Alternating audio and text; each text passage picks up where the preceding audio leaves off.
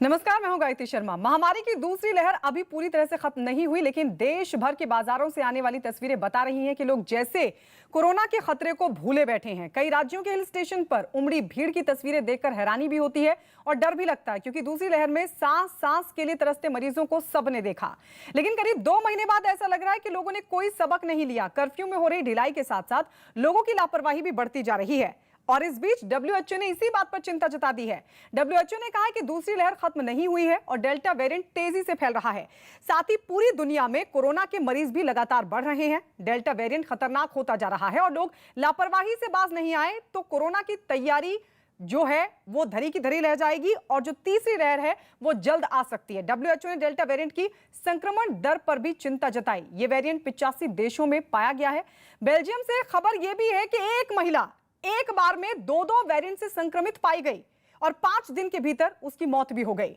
यानी खतरा बढ़ता जा रहा है और लापरवाही उससे दोगुनी रफ्तार से बढ़ रही है। और ऐसे में सवाल यह है कि कोरोना को कैसे हराया जा सकता है, क्योंकि अगर लोग लापरवाही बरतेंगे तो कोरोना कभी खत्म होने वाला नहीं है। इन्हीं सब मुद्दों पर बातचीत के लिए हमारे साथ कुछ खास मेहमान जुड़ चुके हैं। एम्स हैदराबाद से डॉक्टर नीरज अग्रवाल हमारे साथ हैं। मेट्रो हॉस्पिटल से डॉक्टर एस चक्रवर्ती हमारे साथ जुड़ चुके हैं। फेफड़ा रोग विशेषज्ञ डॉक्टर अजीत कुलकर्णी हैं। वहीं हमारे साथ मैक्स हॉस्पिटल से डॉक्टर मनोज कुमार भी जुड़ चुके हैं और इंटरनल मेडिसिन विशेषज्ञ डॉक्टर स्वाति माहेश्वरी भी हमारे साथ हैं। आप सभी का बहुत बहुत स्वागत है। लेकिन सबसे पहले डॉक्टर नीरज, मैं आप ही के पास आ रही हूं। एक बेहद चौंकाने वाला मामला बेल्जियम से। एक महिला एक साथ दो वेरिएंट से इन्फेक्टेड, कैसे सर? देखिए, ये इन्फेक्शन मैं ऑडिबल हूं? जी बोलिए सर। मैं ये कह रहा हूँ कि ये जो कोविड का इन्फेक्शन है, नॉर्मली तो डबल बार नहीं होता है। कभी जैसे रिपोर्ट आ रही है तो वेरीफाई करना पड़ता है कि पहला कौन सा स्ट्रेन हुआ था, बाद स्ट्रेन हुआ था। और अगर स्ट्रेन अलग है और इन्फेक्शन हो रहा है तो हमको सावधान रहना पड़ेगा।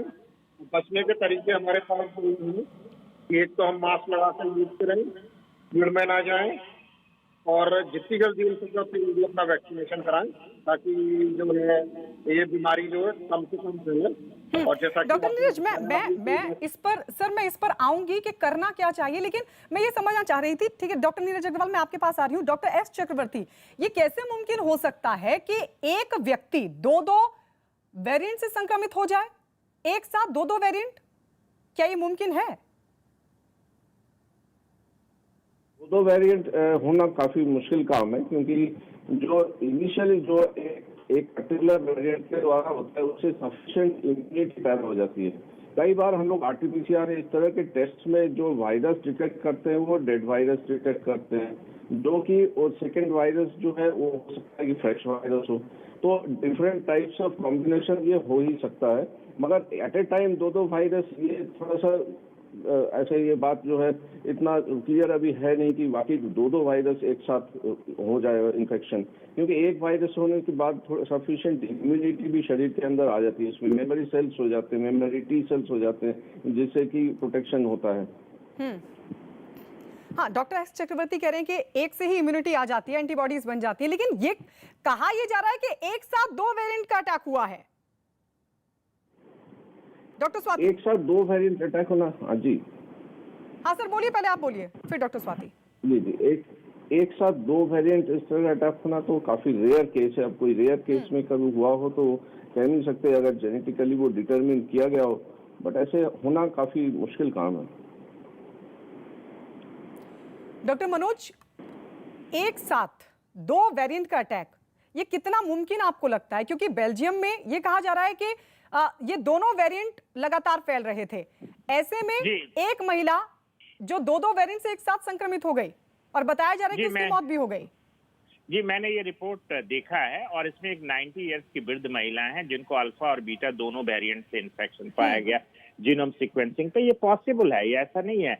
हो सकता है कि वो महिला 2 डिफरेंट इंडिविजुअल से इन्फेक्ट हुई हो और दोनों स्ट्रेन साथ में रहे हो, और शायद यही वजह रही कि उनकी सिवियरिटी ऑफ डिजीज काफी ज्यादा थी, जिसकी वजह से उनका डेथ 4-5 दिनों के अंदर हो गया। तो ऐसी रिपोर्ट्स पहले भी अनपब्लिश्ड रिपोर्ट्स है, ब्राजील से भी आई है 2 वेरिएंट्स के साथ। और ये जो उन्होंने European society of infectious disease में प्रेजेंट किया है, उसमें संभव है, और हो सकता है कि ये थोड़ा सा अनरिपोर्टेड रहा हो, क्योंकि हम लोगों ने अपने देश में भी देखा कि कुछ पेशेंट्स थे, वो सडनली मतलब एक दिन आज सीटी करा रहे हैं, दूसरे दिन बिल्कुल उनका हाइपोक्सीमिया हो गया, ऑक्सीजन ड्रॉप हो गया, और तीसरे चौथे दिन उनकी डेथ हो गई। तो ये डबल वेरिएंट का जो एक साथ अटैक है, हो सकता है कि वो ज्यादा सीरियस हो। और दूसरी इंपॉर्टेंट, उन्होंने जो बेल्जियम वालों ने भी ये शंका जाहिर की है कि जो वैक्सीन इंड्यूस्ड इम्यूनिटी इन दोनों वेरिएंट के जो को इन्फेक्शन है उसको कैसे हैंडल करेगी, ये भी एक चिंता का विषय है। तो ये मुझे लगता है ये शोध का विषय है और इसको और रिपोर्ट होना चाहिए, क्योंकि अभी जीनोम सीक्वेंसिंग की बात अगर कहें तो हमारे देश में 0.1% हो रहा है, जब हमने 5% का टारगेट रखा है।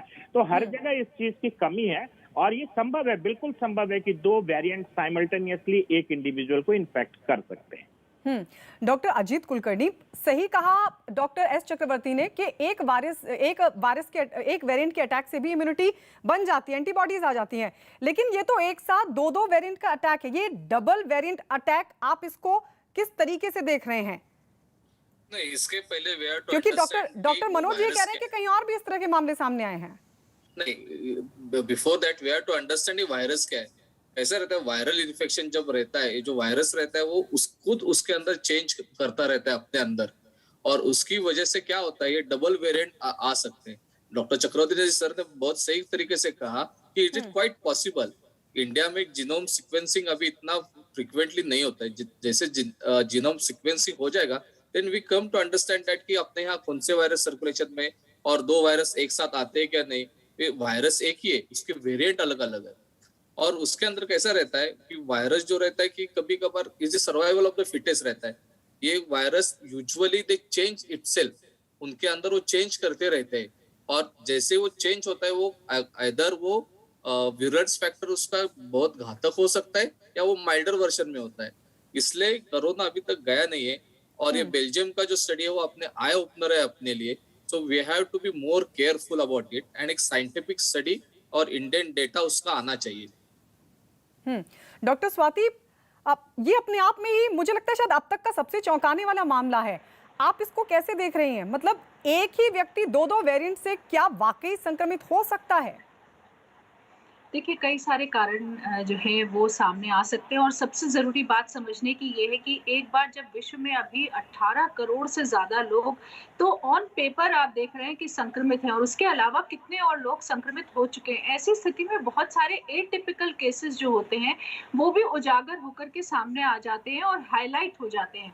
तो अगर आप देखिए संभावना है कि ये जो लेडी हैं, इनको हो सकता है कि पहले किसी एक वेरिएंट से इन्फेक्शन हुआ जो एसिम्प्टोमेटिक रहा, और उसके कुछ दिन के अंदर ही इससे पहले की एंटीबॉडीज शरीर के अंदर ज्यादा बनती, संभावना है कि उनको दूसरा इन्फेक्शन जो है किसी और व्यक्ति से हुआ, और ऐसी स्थिति में क्योंकि दो वेरिएंट से इन्फेक्शन हुआ तो फिर वो तीव्र हुआ, और उसके बाद क्योंकि उनको वैक्सीन भी नहीं लगी थी, ऐसी स्थिति में उनकी फिर मृत्यु भी हुई। वहीं देखिए, ये भी संभावनाएं हैं कि जैसे अभी एक सर भी बोल रहे थे कि डेड वायरस होने की संभावनाएं भी काफी होती है, क्योंकि बहुत सारे केसेस में हमने देखा है कि 12-12 हफ्ते तक भी वायरस का टेस्ट पॉजिटिव आता रहता है, जबकि आपको उस वक्त कोई एक्टिव इन्फेक्शन नहीं होता, आपके सिम्टम्स भी सबसाइड हो जाते हैं। तो ये भी एक संभावना है। और जब शरीर की देखिए 90 साल की जो वृद्ध महिला थी, उनका इम्यूनिटी लेवल लो होने की संभावनाएं बहुत ज्यादा है, और न जाने वो कौन सी और बीमारियों से पीड़ित भी रही होंगी। ऐसी स्थिति में जब आपका इम्यूनिटी लेवल लो है तो ये जरूर संभावनाएं रहती है कि आप और ज्यादा इन्फेक्टेड हो सकते हैं, डिफरेंट स्ट्रेन से इन्फेक्टेड हो सकते हैं, क्योंकि अब जो स्थिति है वो ये है कि एक ही देश में कई सारे स्ट्रेन्स जो है वो घूम रहे हैं, प्रचलित हो रहे हैं, और वो इन्फेक्शन होने की संभावनाएं लोगों को रहेंगी। जब हम किसी एक इन्फेक्शन से होते हैं, जिसकी हम बात भी कर रहे हैं कि हमें एक स्ट्रेन से अगर इन्फेक्शन होता है तो ये जरूर है कि हमें एंटीबॉडीज बनती हैं जो हमें सुरक्षित रखती हैं। लेकिन कुछ री इन्फेक्शन के केसेस, जबकि ये बहुत मामूली केसेस हैं और बहुत कम संख्या है इनकी, लेकिन फिर भी कुछ री इन्फेक्शन के केसेस सामने उभर कर आए हैं। यानी कि ये क्षमता जरूर है कि वायरस जो है वो दोबारा इन्फेक्ट कर सकता है, और जो हमारी एंटीबॉडीज बनी है उनको भेद करके आगे निकल सकता है। और ये संभावनाएं भविष्य में भी रहेंगी कि जो वायरस के जो नए रूप सामने आ रहे हैं, वो हमारी जो इम्यूनिटी है, चाहे वो वैक्सीन की वजह से है या नेचुरल इम्यूनिटी है या जो हम ट्रीटमेंट प्रोसीजर्स फॉलो कर रहे हैं, उन सबको इवेट करने की कहीं न कहीं कुछ क्षमता रख सकता है। इसीलिए बहुत ज़्यादा ज़रूरी है कि जितनी जल्दी हम वैक्सीन ले लें, जितनी जल्दी हम ये अब जो एक हमें अब सुविधा उपलब्ध हो गई है, इसका हम अगर कर लें, तो इससे जो है कम से कम हम सिवियरिटी ऑफ डिज़ीज़ से बच जाएँगे और यही हमारा इस वक़्त लक्ष्य भी है कि अगर हम इन्फेक्शन होने से ना रोक पाएँ, तो कम से कम हम सिवियरिटी ऑफ डिज़ीज़ से लोगों को प्रोटेक्ट कर लें, ताकि ये जो बीमारी है, ये हमारे लिए भयावह रूप लेकर के ना आए और जिस तरह से हम बाकी बीमारियों को लेते हैं, इन्फ्लुएंज़ा है और तरह-तरह की और बीमारियां हैं जिनसे कि हम इतना ज्यादा परेशान नहीं होते हैं या लॉकडाउन लगाने की संभावनाएं नहीं आती, तो कम से कम हम इस बीमारी को इस लेवल तक ले आए कि ये हमारे लिए एक नॉर्मल बीमारी बन जाए और हम इससे इतने परेशान ना हो। और उसके लिए वैक्सीन ही इस वक्त हमारे पास एक तरीका है, क्योंकि वैक्सीन के साथ एक बहुत अच्छी बात ये भी है कि जो आने वाले वेरिएंट्स हैं और जो मौजूदा वेरिएंट्स हैं, उन पर भी वैक्सीन कुछ हद तक जरूर काम कर रही है और हमें सुरक्षा दे रही है। तो हमें इस वक्त जो है जरूर ये इस बात का ध्यान रखना चाहिए कि हम जब तक कि भारत में एक अच्छे नंबर तक नहीं पहुंच जाते, क्योंकि देखिए अमेरिका की बात करें या लंदन की बात करें तो वहां वो लोग 70% तक अपनी जनता को फर्स्ट डोज वैक्सीन लगा चुके हैं, जबकि अभी हमारा ये नंबर 4% के आसपास है। तो ऐसी स्थिति में हमें ये उन लोगों से नहीं सीखना है कि देखिए वो तो बिना मास्क के घूम रहे हैं, देखिए क्योंकि वहां पर तो अब उस अनिवार्यता को हटा ही दिया गया है। बिल्कुल, वहाँ रिलैक्सेशन हो रहे हैं, तो वो स्थिति अभी हमारी नहीं हो सकती। हमें और 3-4 महीने के लिए वो संयम रखने की ज़रूरत है, क्योंकि देखिए दिसंबर के अंत तक हम काफ़ी अच्छे नंबर तक पहुँच जाएँगे और भारत में काफ़ी सारे लोगों का टीकाकरण हो जाएगा। ऐसी स्थिति में 3-4 महीने की और पेशेंस की हमें बहुत ज़्यादा इस वक़्त ज़रूरत है कि हम कंट्रोल करें अपने आप पर और हम ये कोशिश करें कि हम बच कर रहें, अपने परिवार को बचा कर के रखें, वैक्सीन लें, ताकि आने वाले महीनों में हम भी ये मंजर देख पाए कि हम लोग बिना मास्क के घूमे, हमारे रेस्ट्रिक्शंस जो है वो कंप्लीटली ईज आउट हो जाए और ये एक छोटी बीमारी बन जाए।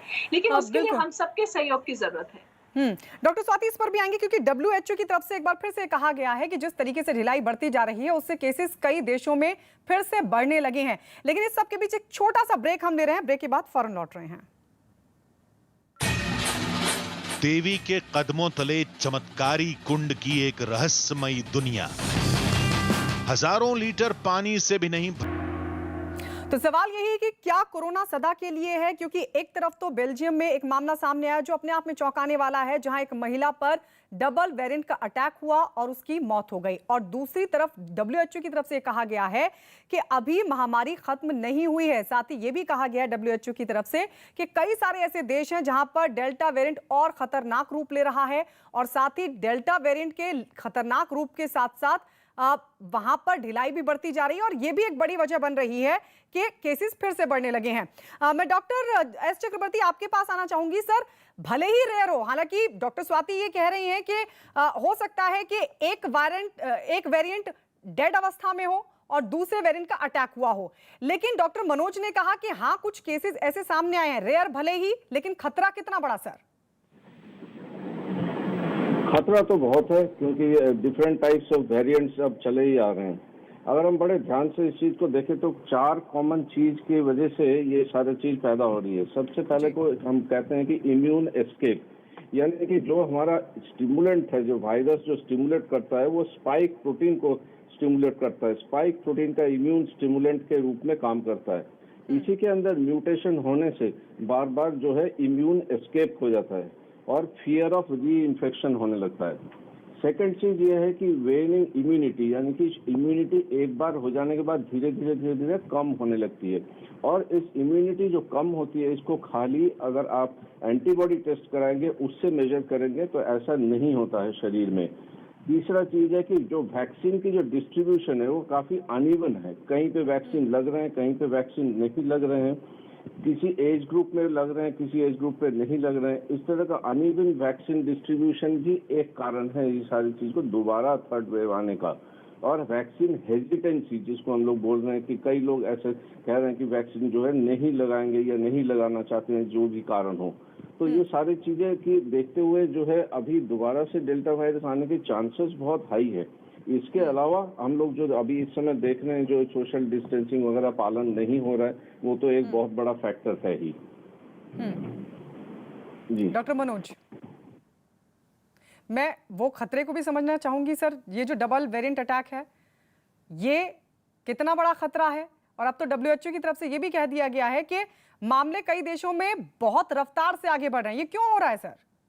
जी, मैं जो डॉक्टर सौम्या स्वामीनाथन ने जो भी स्टेटमेंट दिया है उससे मैं जी, बिल्कुल उसी की सहमत बात करें हूँ। सर। उनका कहना है कि कोविड कहीं नहीं गया है, कोविड परसिस्ट कर रहा है। और मुझे इस चीज पे मैं हमेशा कई और शो में भी बताया हूँ कि एक माइकल ऑस्टर होम एक एपिडेमियोलॉजिस्ट हैं मिनेसोटा यूनिवर्सिटी में, उन्होंने कहा था कि ये सोचना कि हम वर्ल्ड से कोविड को एराडिकेट कर देंगे चांद पे सीढ़ी बनाने जैसा है।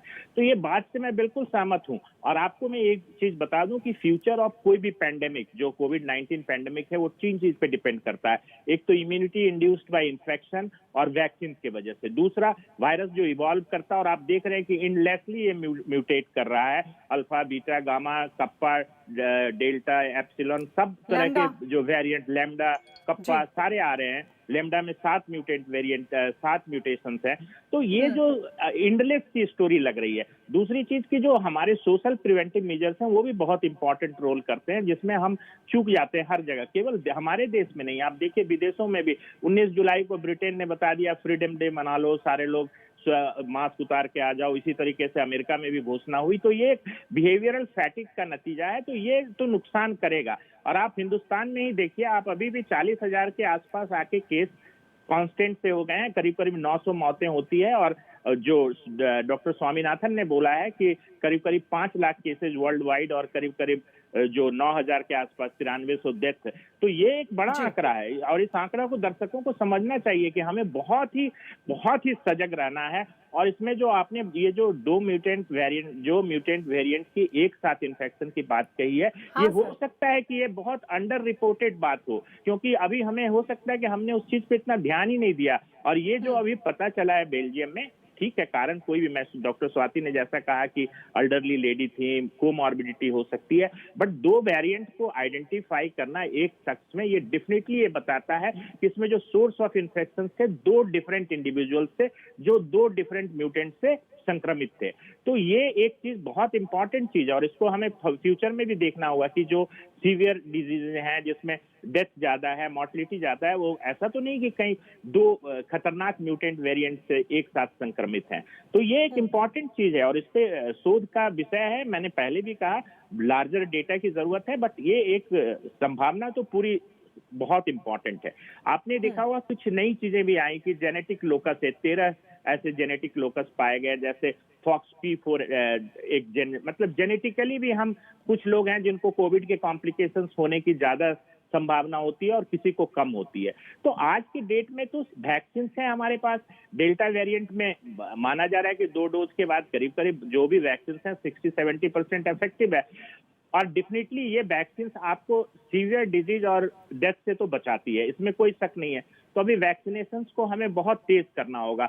और आपको ये जान के आश्चर्य होगा कि अब इवन विश्व में अभी सिर्फ 11% पॉपुलेशन वैक्सीनेट हुआ है, और इसमें से 75% वैक्सीनेशन 10 कंट्री में हुए हैं। तो बहुत अनइवन है, जैसा डॉक्टर चक्रवर्ती भी बोल रहे थे कि वैक्सीनेशन जो हो रहा है वो अनइवन हो रहा है। हम लोग आज के डेट में हम लोग एक ऐसे ग्लोबल सोसाइटी में रह रहे हैं जो कि बिल्कुल डिफरेंट है प्रीवियस, हमारे एंसेस्टर से डिफरेंट है। हम लोग हमेशा स्पेनिश फ्लू की बात नहीं करें, हमारे पास वैक्सीन जल्दी आ गया, साल भर के अंदर वैक्सीन आ गया, और हम लोग बहुत ज्यादा मोबाइल पॉपुलेशन है। तो हमें ध्यान रखना होगा कि वर्ल्ड के, इस प्लैनेट के किसी भी कोने पे जाके ये कोविड-19 जो है पैंडेमिक इंडेमिक में चेंज होके वहां पे रह जाएगा। तो इन चीजों को ध्यान में रखते हुए जो भी सोशल मेजर्स हैं और जो भी हम जल्दी से जल्दी वैक्सीनेट कर सकते हैं वो हमें करना चाहिए। डॉक्टर नीरज, क्योंकि आपके पास मैं आ नहीं पाई थी और आपको कुछ ऑडियो प्रॉब्लम भी था उस वक्त, सर मैं 2 सवालों के साथ आपके पास आ रही हूं। पहला सवाल तो मेरा यही है कि जो बेल्जियम में डबल वेरिएंट का जो अटैक हुआ है उसको आप किस नजरिए से देख रहे हैं, और ये कितना बड़ा खतरा है? क्योंकि एक तरफ तो अब एक बार फिर से केसेस बढ़ने शुरू हो गए। अब WHO की तरफ से यह कहा गया है कि कई ऐसी कंट्रीज हैं जहां पर डेल्टा वेरिएंट बहुत खतरनाक रूप से फैल रहा है, और वहां पर न सिर्फ केसेस फिर से बढ़ने लगे हैं बल्कि जो मोर्टालिटी रेट है वो भी बढ़ा है। बिल्कुल बिल्कुल सही कह रहे हैं आप। अगर आप केरला का डाटा देखें केरला के डाटा में अभी 90,000 तक हम एक्टिव केस पहुंच गए थे, वो बढ़कर 1,15,000 हो गए। अगर आप वहाँ के डिस्ट्रिक्ट वाइज भी डाटा देखें, बहुत सारे डिस्ट्रिक्ट में अभी केस बढ़ रहे हैं, और आप ये देखेंगे जो नए केसेस हैं और जो ट्रीटमेंट वाले केसेस हैं, उसमें नए केसेस का जो है नंबर बढ़ते जा रहे हैं। इसके नंबर बढ़ने का मतलब ये है कि हमारे जो एक्टिव केस हैं वो कम नहीं हो रहे हैं बल्कि बढ़ रहे हैं।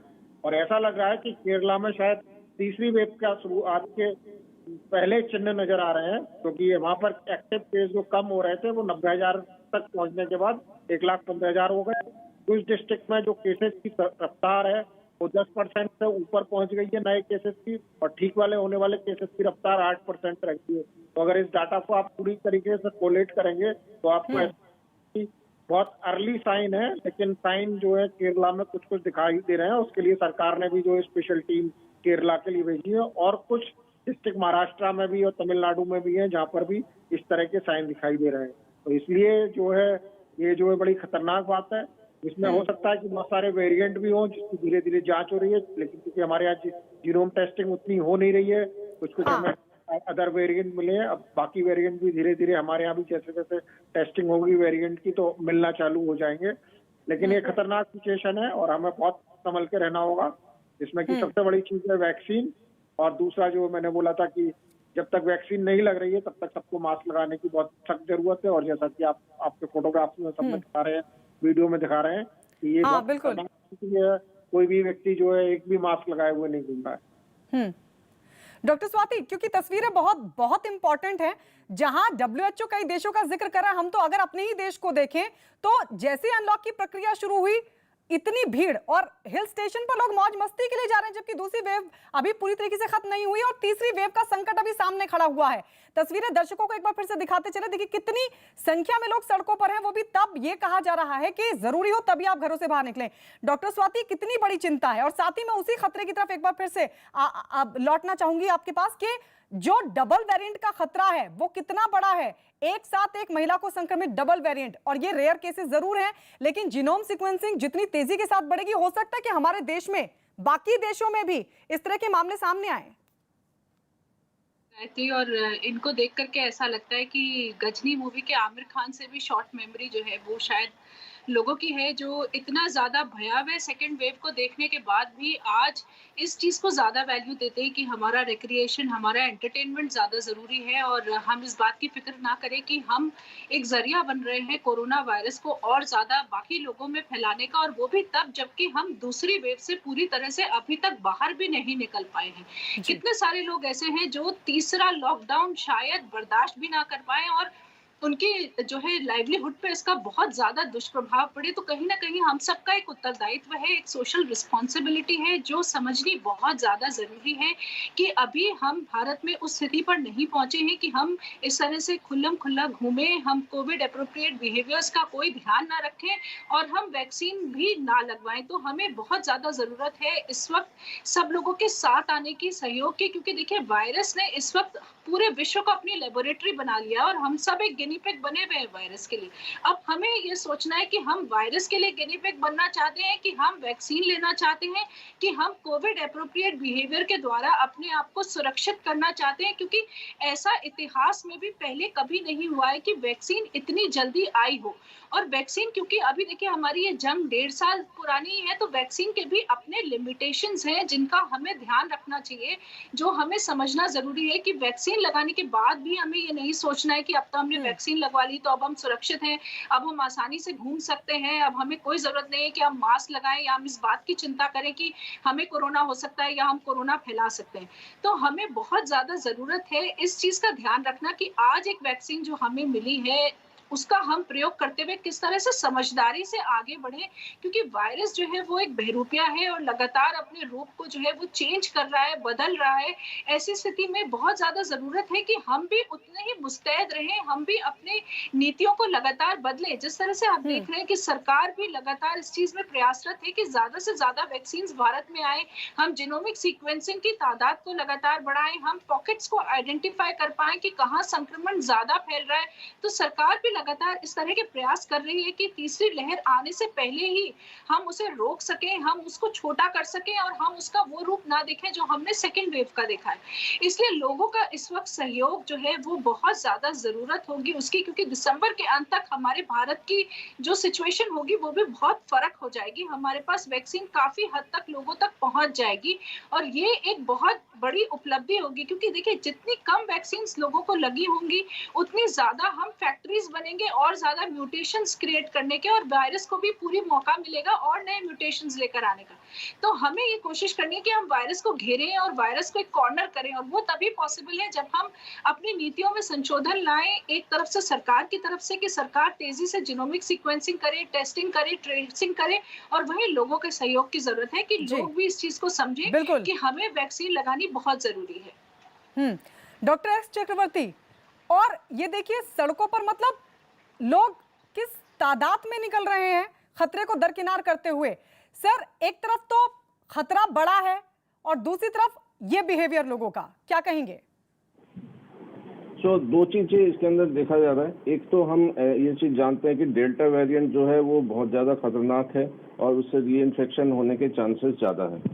नंबर 2 ये है कि जो इतने वैक्सीन जितने भी आ रहे हैं, एक लैंडसेट स्टडी के मुताबिक भी जो फाइजर वैक्सीन है वो 6 times lower active in delta variant, Covaxin 2.7 times lower active than delta variant. इसका मतलब यही हुआ जो भी हम वैक्सीन भी यूज कर रहे हैं वो भी पर्याप्त नहीं है, वो भी उतना इफेक्टिविटी नहीं हो सकता है इस डेल्टा वेरिएंट के अगेंस्ट। सो कोविड अप्रोप्रिएट बिहेवियर हमारे लिए बहुत इंपॉर्टेंट चीज है। मेंटेन करना सोशल डिस्टेंसिंग, और जो भी हम इस समय लहर देख रहे हैं ये बहुत ही खतरनाक थर्ड वेव के लिए भी हो सकता है। अभी तक तो हम सेकेंड वेव से ही उभरे नहीं है, और ये भी हम जानते हैं कि हम 2 महीने यूके या यूरोपियन कंट्रीज से पीछे चल रहे हैं। तो यानी कि जो है अभी हमारे सर पे जरूर इस तरह का खतरा बना हुआ है कि थर्ड वेव आने की भी संभावना होगी। डॉक्टर मनोज, एक तो वायरस अनप्रेडिक्टेबल हो रहा है और इस सब के बीच हमारे यहाँ जिस तरीके से लोग कोरोना प्रोटोकॉल को दरकिनार कर रहे हैं, जिस तरह का व्यवहार कर रहे हैं, नुकसान कितना बड़ा हो सकता है?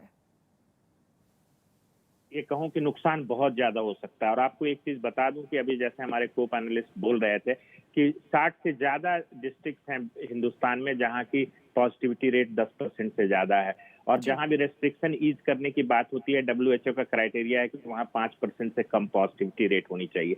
आप केरला और महाराष्ट्र करीब करीब 50% केसेस कंट्रीब्यूट कर रहे हैं। नॉर्थ ईस्ट के 4 स्टेट जो हैं जहां की केसेस के नंबर्स बढ़ रहे हैं।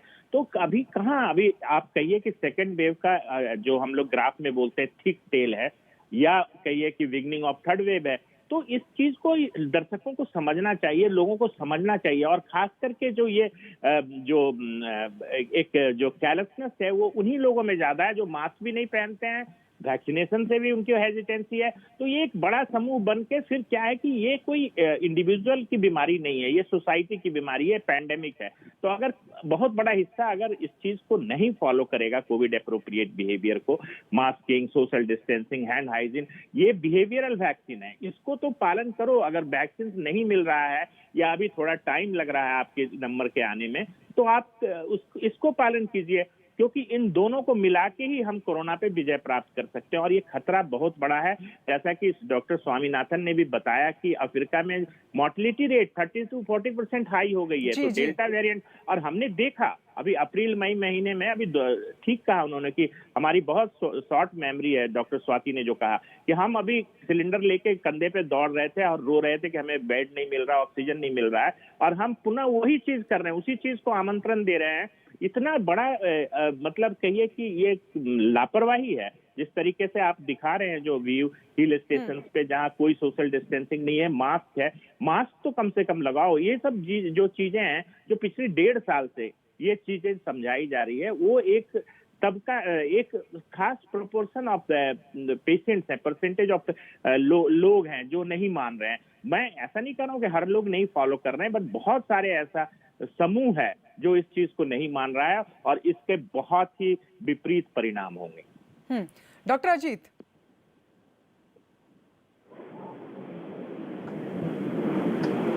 डॉक्टर अजीत क्या कहेंगे? एक तरफ तो लगातार नई नई चीजें निकलकर सामने आ रही है, अभी तक तो हम अलग अलग वेरिएंट्स को लेकर ही चिंता जाहिर कर रहे थे, अब इस सब के बीच लोगों का जो बिहेवियर है वो अपने आप में चिंता का विषय बनता जा रहा है।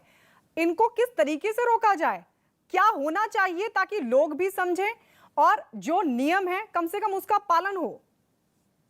इन लोगों को हम लोग यूजुअली बोलते हैं कोविड इडियट्स बोलते हैं, इन लोगों को जो इस तरीके से बिहेवियर करते हैं। कोविड, एक बात उसकी हिस्ट्री समझे, कोविड आया 2019 में और अपने इंडिया में आया मार्च 2020 से। कोविड के बारे में हम डॉक्टर लोग कम्युनिटी में भी इसके बारे में इंफॉर्मेशन जितनी चाहिए उतनी नहीं है। We don't have direct antiviral also. Remdesivir का रोल है नहीं है, मिथाइलप्रेडनिसोलोन का रोल है नहीं है। सो देयर इज ट्रीटमेंट में भी थोड़ा WHO से नई गाइडलाइंस आती है, इंडियन टास्क फोर्स से नई गाइडलाइंस आती है। तो हम लोगों को क्या ट्रीट करना है, ये डॉक्टर लोगों के भी अभी उतने प्रोटोकॉल्स थे। शुरू में चालू किया तो प्लाज्मा थेरेपी में आ गए, उसके बाद प्लाज्मा थेरेपी टोटल एम्स का स्टडी आ गया, टोटल एब्सोल्यूट हो गए। उसके बाद चालू हो गया कि रेमडेसिविर का भी सिटी स्कोर 13-14 के बाद दे दो। और हम लोगों ने सेकंड वेव में देखा कि ना अपने को बेड की कमतरता थी, उसके बाद ऑक्सीजन नहीं मिल रहे थे, उसके बाद अपने को मेडिसिन नहीं मिल रहा था। ये सारी चीजें कुल मिलाकर भयावह है। इन सब लोगों ने हॉस्पिटल में हमें देखना चाहिए कि कितने लोग कैसे कैसे मरते, डेड हो जाते। और उसका और एक इम्पोर्टेंट है कि इन लोगों को ट्रीट करने के लिए doctor community, doctor educated community है और उनका नंबर कितना अवेलेबल है इंडिया में वो समझ लीजिए। अभी तक सिर्फ 4 करोड़ 5 करोड़ लोगों को कोविड हो गया तो अपनी ये हालत हो गई सेकेंड वेव में। तो थर्ड वेव में देखिए अगर इसका नंबर बढ़ गया तो नंबर ऑफ हॉस्पिटल्स कितने अपने पास अवेलेबल है। गवर्नमेंट ने या प्राइवेट सेक्टर ने कितना भी अरेंजमेंट कर ले, हम लोग एक साथ 10 करोड़ 5 करोड़ लोगों को ट्रीट करने की उतनी कैपेसिटी चाहिए और उतनी कैपेसिटी के साथ उतना ऑक्सीजन अवेलेबल चाहिए, उतने मेडिसिन अवेलेबल चाहिए, उससे ट्रीटमेंट अवेलेबल चाहिए। ये सारी चीजें ये वेंटिलेटर ये ऐसे ओवरनाइट नहीं आता। वेंटिलेटर आप लेके आ सकते हैं, लेकिन वेंटिलेटर चलाने के लिए जो मैन पावर चाहिए, उसकी एक्सपर्टीज चाहिए, उसकी कमतरता आती है ना। तो लोगों ने ये समझना चाहिए कि ये इतना इजी नहीं है। दूसरा एंगल में इसको बोल दूंगा कि ये सोशल मीडिया है ना, सोशल मीडिया का रिस्पॉन्सिबिलिटी बहुत ज्यादा है।